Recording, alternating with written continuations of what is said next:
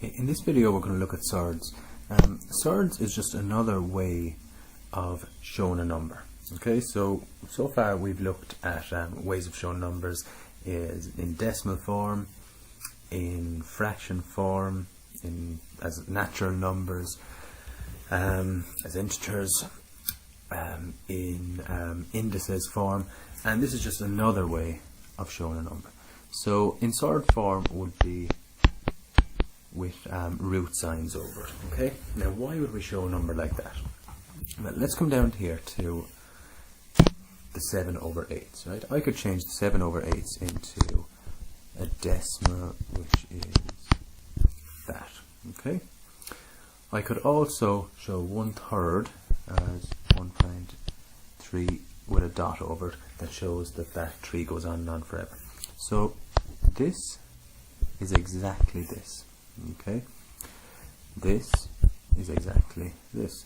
2, I can just save this 2 again. This is exactly this. 3/11 is 0.27272727 all along. So if I put the dot over the two of them, it shows that the 27 goes on and on. So again, this is exactly this, and 7/12 is 0.583, and the 3 goes on forever, so I put a dot over. So again, this is exactly this. So I have shown these numbers, this fraction form, exactly in its decimal, I suppose, form also. Okay, however, if we look at root 2, I cannot show that in a form, in a decimal form. I cannot do it. Okay, the reason I can't show this number in decimal form is because it's an irrational number. Alright, so I'm going to bring it back to Pythagoras' theorem. Okay, so if we were to find the length of that hypotenuse, okay, and typed it into a calculator, we would get root 2, and if I change that then to a decimal form, I would get 1.14121. But the problem is that number would keep going on and on forever. So in this form, I will never get the exact length of that line, because as soon as I'm after getting to what I think is the end of the number, then another number will come on and another number. So I'm never going to actually get the exact length of that line. The only way I can show someone the exact length of that line is by leaving the length not in decimal form but in surd form, which is square root of 2. So what surds do is they allow us to exactly show the worth of a number. Okay, so something like root 3, again, this is showing exactly the worth of that number. No other form can I show exactly that number's worth, okay, because it's an irrational number.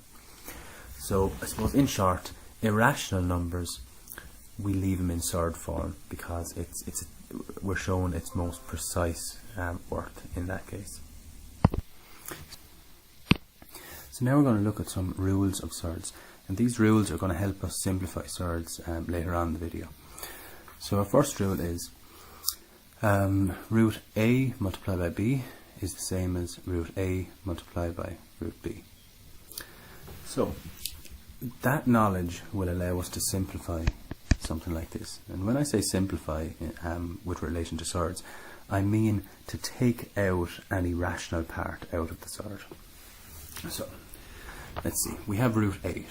Okay, well, based on that I can say, well, root 8 is the same as root 4 multiplied by 2. Okay, so that's this and that.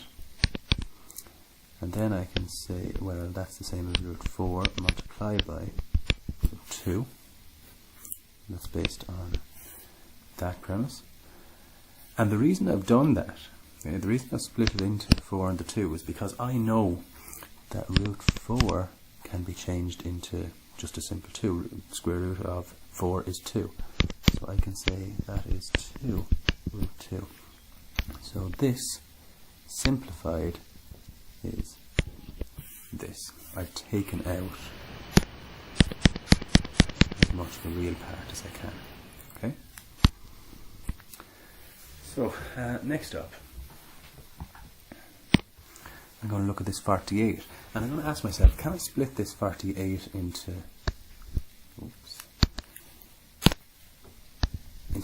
two roots, but which one of those roots can simplify just to an irrational number. Okay. So, factors of 48, 16 and 3. That's one factor, and look at this 16. If I got the root of 16, it would be a rational number. So I'm going to split it into 16 multiplied by 3. That can be simplified further to root 16 multiplied by root 3, and root 16 is 4 root 3. So that is that simplified. Next one then, we have the square root of a divided by b is the same as root a divided by root b. Generally in surds, we try not to have the denominator as a surd. It's grand having the numerator as a surd, this number here as a surd, but not so much the denominator. Okay, so if we can at all, we'll ensure that our denominator is a rational number. Alright, so based on this, I can say that that's root 17 over root 9, and root 9 is 3.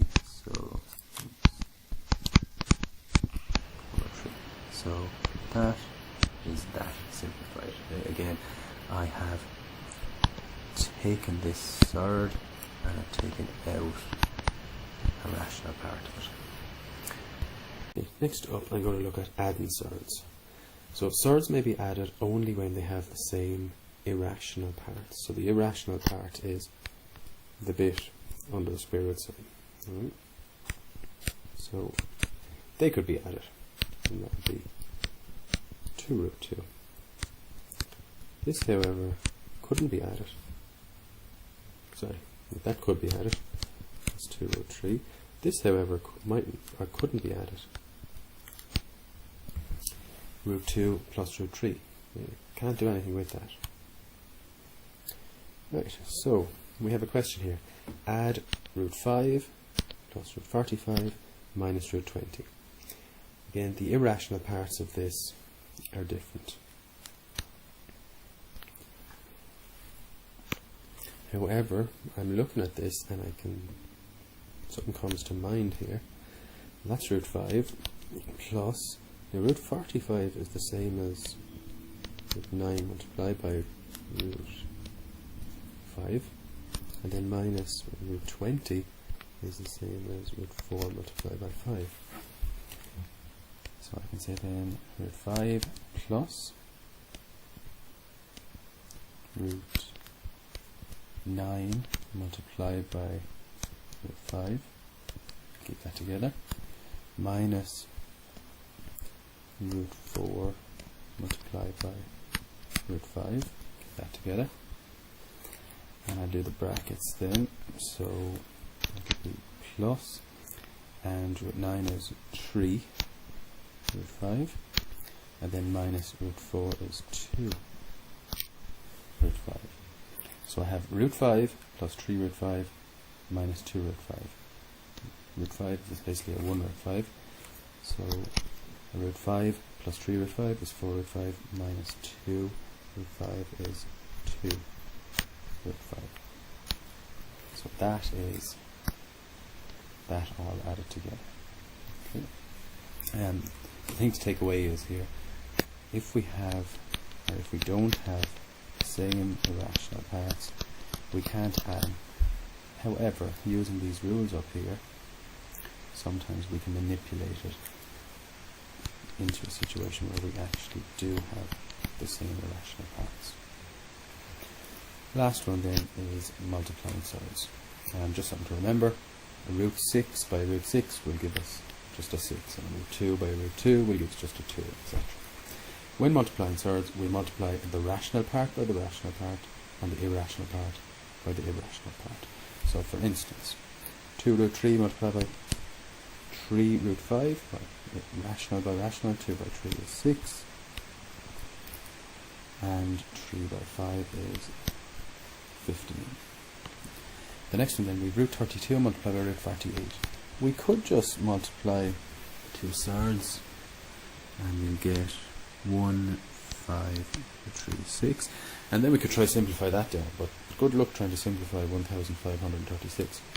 What we'd be better doing is simplifying the root 32 and the root 48 first. So root 32, well, 32 is 16 multiplied by 2, and I know that this root 16 can be simplified to a 4, so that's great. And then I have 48 is root 16 multiplied by 3. So that would be root 16 multiplied by root 2. Just keep that bit together. Multiplied by root 16 multiplied by root 3. Keep that bit together.